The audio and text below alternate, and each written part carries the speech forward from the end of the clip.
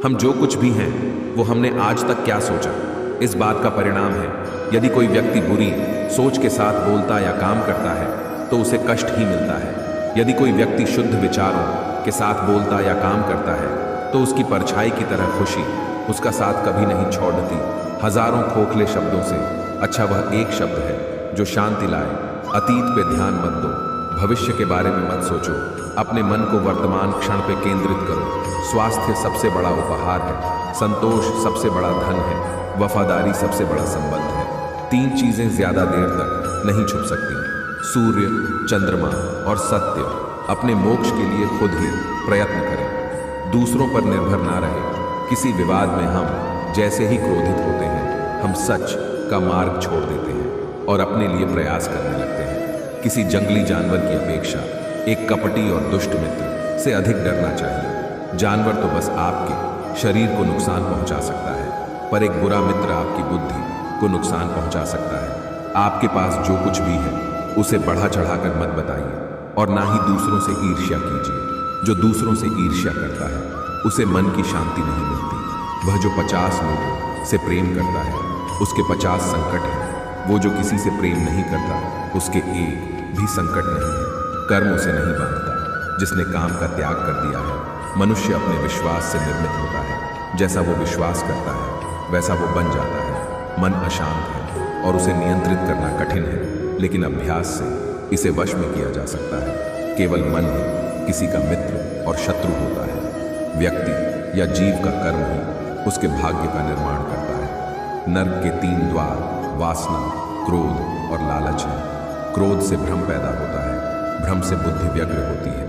जब बुद्धि व्यग्र होती है तब तर्क नष्ट हो जाता है। जब तर्क नष्ट होता है तब व्यक्ति का पतन हो जाता है। सदैव संदेह करने वाले व्यक्ति के लिए प्रसन्नता ना इस लोक में है और ना ही कहीं और। जो मन को नियंत्रित नहीं करते उनके लिए वह शत्रु के समान कार्य करता है। हर व्यक्ति का विश्वास उसकी प्रकृति के अनुसार होता है। बुद्धिमान व्यक्ति कामुक सुख में आनंद नहीं लेता। बुद्धिमान व्यक्ति को समाज कल्याण के लिए बिना आसक्ति के काम करना चाहिए। कर्म मुझे बांधता नहीं क्योंकि मुझे कर्म के प्रतिफल की कोई इच्छा नहीं। ईश्वर ने हमारे भाग्य में जो लिखा है उसे हर से कोई नहीं छीन सकता। लेकिन अगर हमें अपने ईश्वर पर सच्चा भरोसा है तो हमें वो भी मिल सकता है जो हमारे भाग्य में नहीं लिखा होता। इंसान का मुश्किल वक्त उसके लिए एक दर्पण की तरह होता है जो हमारी क्षमताओं का दर्शन हमें करवाता है। इस पूरे ब्रह्मांड में ऐसी कोई ताकत नहीं जो इंसान की इच्छाओं की पूर्ति कर सके, क्योंकि इंसान की इच्छाएं एक समुद्र के समान होती है जिसे कभी भी भरा नहीं जा सकता। जो दूसरों की तकलीफों को समझते हैं, जिनमें दया है, दिल से अच्छे हैं, उन्हें दोबारा जन्म लेना नहीं पड़ता। अगर कोई मनुष्य हमारे साथ बुरा कर रहा है तो उसे करने दो, यह उसका कर्म है और समय उसके कर्म का फल उसे जरूर देगा। लेकिन हमें कभी भी किसी के साथ बुरा नहीं करना चाहिए, क्योंकि यही हमारा धर्म है। श्री कृष्ण कभी भी हमारा हाल नहीं पूछते, पर वो हमारी सब खबर रखते हैं। श्री कृष्ण अपने सच्चे भक्तों पे हर घड़ी नजर रखते हैं। अगर आप जीवन में असफल होते हैं तो आपको दोबारा प्रयास करने में कभी नहीं घबराना चाहिए, क्योंकि जब आप दोबारा प्रयास करते हैं तो आपकी शुरुआत सुनने से नहीं बल्कि आपके अनुभव से होती है।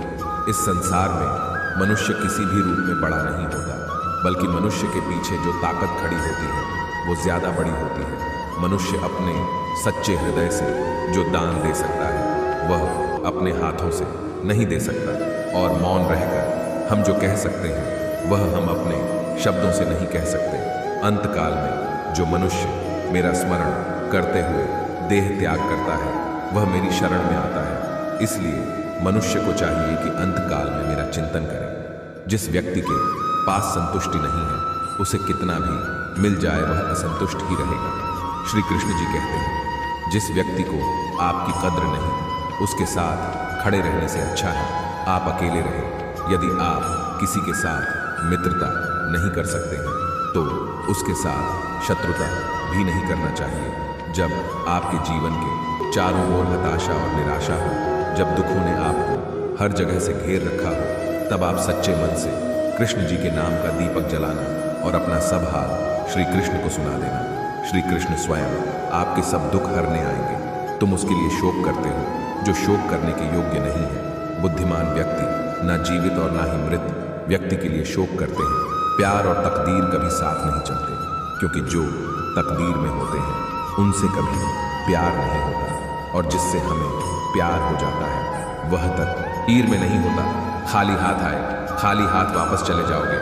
आज तुम्हारा है, कल किसी और का था, परसों किसी और का होगा। तुम जिसे अपना समझकर मग्न हो रहे हो, बस यही प्रसन्नता तुम्हारे दुखों का कारण है। हर कीमती चीज को उठाने के लिए झुकना ही पड़ता है। माँ और पिता का आशीर्वाद भी इनमें से एक है। फल की अभिलाषा छोड़कर कर्म करने वाला पुरुष ही अपने जीवन को सफल बनाता है।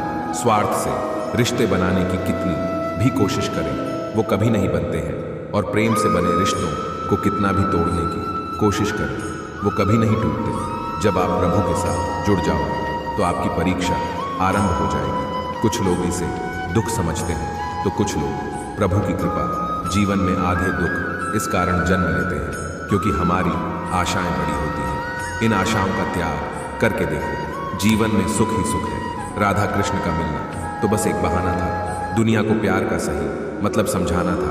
राधा ने श्री कृष्ण से पूछा, प्यार का असली मतलब क्या होता है? श्री कृष्ण ने हंसकर कहा, जहां मतलब होता है वहां प्यार ही कहाँ होता है।